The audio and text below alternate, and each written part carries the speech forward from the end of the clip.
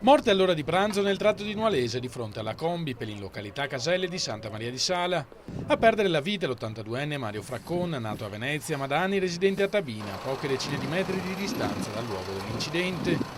Secondo quanto ricostruito, stava attraversando la strada in sella alla sua bici per raggiungere la pista ciclabile sul lato opposto rispetto al negozio di moda, senza accorgersi della Ducati Monster che stava arrivando in direzione Padova. Il quarantenne di Santa Maria di Sala alla guida della moto non ha potuto far niente per evitarlo. L'anziano è stato sbalzato di sella e ha battuto la testa sull'asfalto dopo un volo di 10 metri, morendo sul colpo. Feriti gravemente il conducente della moto e la donna che sedeva dietro, residente a Casier. La Ducati è poi caduta a terra, continuando la sua corsa per una ventina di metri e finendo sotto le ruote di un Ford Transit che procedeva nella direzione opposta, illeso il guidatore del furgone. Immediato l'arrivo del 118 che ha mobilitato l'elisoccorso per trasportare il quarantenne d'urgenza all'ospedale dell'Angelo di Mestre, mentre la donna è stata portata in ambulanza al nosocomio di Milano.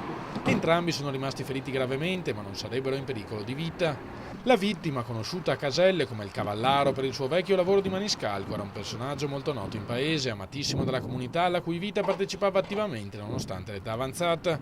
Un tratto di circa 2 chilometri della Nualese è rimasto chiuso al traffico per circa 3 ore per consentire ai carabinieri di effettuare i rilievi necessari a ricostruire la dinamica dell'incidente, inevitabili disagi.